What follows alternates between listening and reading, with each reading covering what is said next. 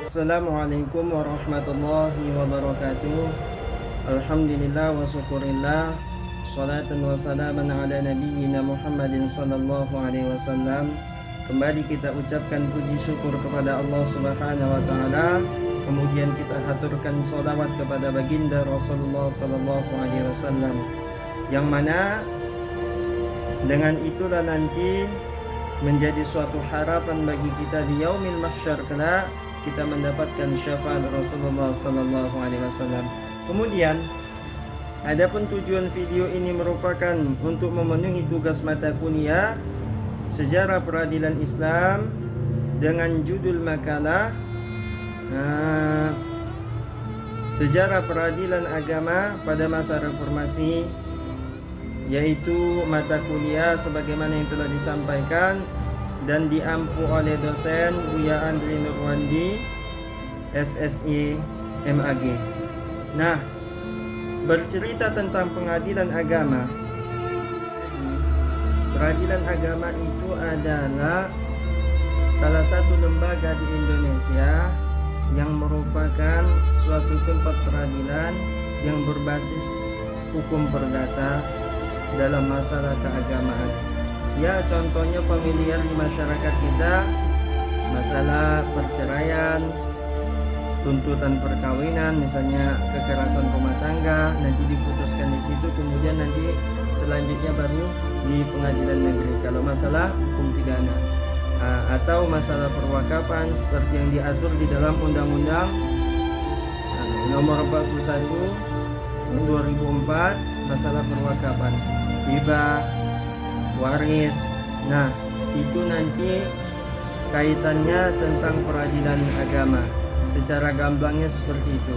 Namun ada situs resmi. Pengadilan agama itu merupakan lingkungan peradilan di bawah Mahkamah Agung. Artinya peradilan agama itu masih berada di lingkungan peradilan satu atap, yaitu di bawah Mahkamah Agung. Kalau Mahkamah Agung itu pusatnya kan, maka peradilan agama itu bagian dari Mahkamah Agung itu sendiri, atau dia itu dinaungi oleh Mahkamah Agung itu sendiri. Nah, jadi tugas peradilan agama ini sama, sebagai pelaku kekuasaan kehakiman yang merdeka. Jadi artinya legal. Di Indonesia legal. Untuk apa? Untuk menyelenggarakan peradilan guna menegakkan hukum dan keadilan. Nah, jadi tugas daripada peradilan agama itu untuk menegakkan hukum dan keadilan. Kalau kita bercerita soal sejarah peradilan agama, pada masa dahulu pengadilan agama ini sudah ada. Pada masa Rasulullah misalnya, ketika terjadi suatu kasus, maka para sahabat itu datang kepada Rasulullah. Nah, ya Rasul, kami terjadi ini, terjadi itu.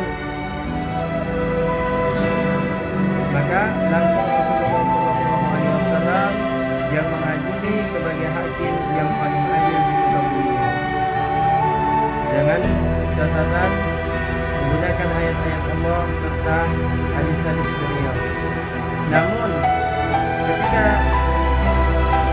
tidak ada ayat atau dalil yang bisa mengadilinya, maka Rasulullah SAW menunggu wahyu dari malaikat Jibril alaihissalam.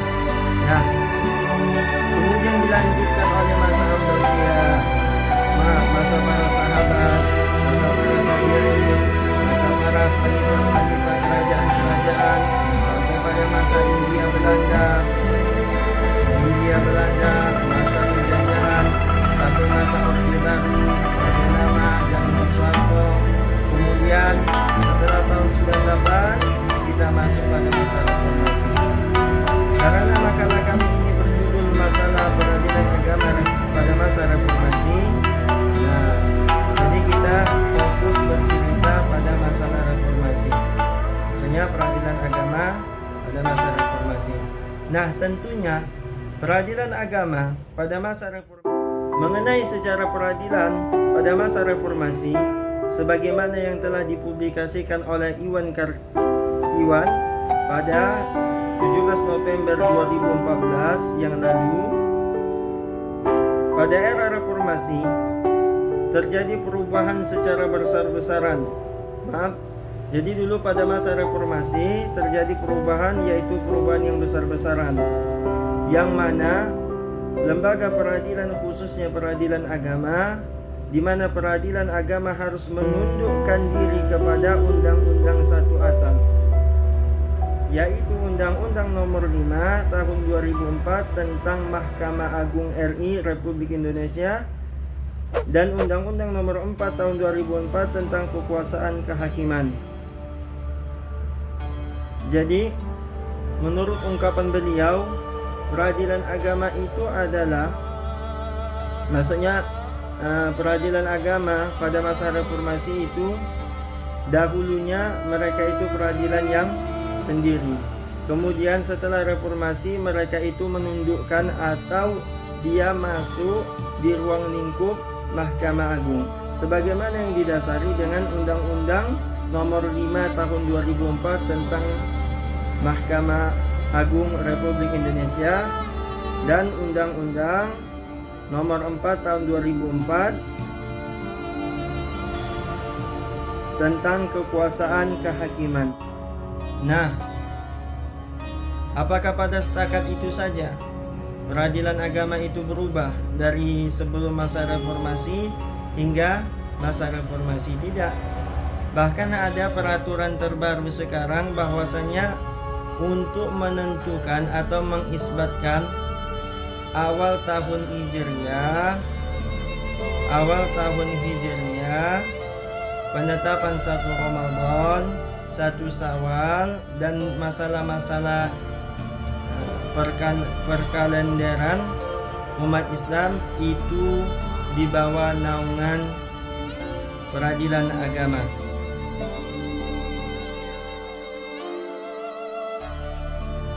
Kita berlanjut kepada kesimpulan. Jadi adapun kesimpulan makalah kami adalah, yang pertama, peradilan agama itu merupakan suatu lembaga peradilan yang sah, yang merdeka, diakui legalitasnya di negara ini, yang mana peradilan ini bertujuan untuk menegakkan keadilan, ya, khususnya dalam masalah peragamaan. Maksudnya agama Islam, masalah cerai, kawin, atau pernikahan, atau waris, wakaf, hibah, dan sebagainya. Kemudian pada masa reformasi, pengadilan agama ini mengalami perubahan yang besar, yaitu dengan dipaksanya peradilan agama harus tunduk kepada, maksudnya peradilan agama ini di bawah naungan Mahkamah Agung. Kira-kira bahasanya seperti itu. Maksudnya peradilan agama ini di bawah Mahkamah Agung. Nah, kekuasaannya itu di bawah naungan Mahkamah Agung. Jadi demikianlah makalah ini yang dapat saya sampaikan. Mudah-mudahan bermanfaat bagi diri saya serta kelompok saya, serta menjadi asbab nilai naik. Mudah-mudahan, amin insyaallah. Akhirul kalam, ila liqa ma'as salamah. Assalamualaikum warahmatullahi wabarakatuh.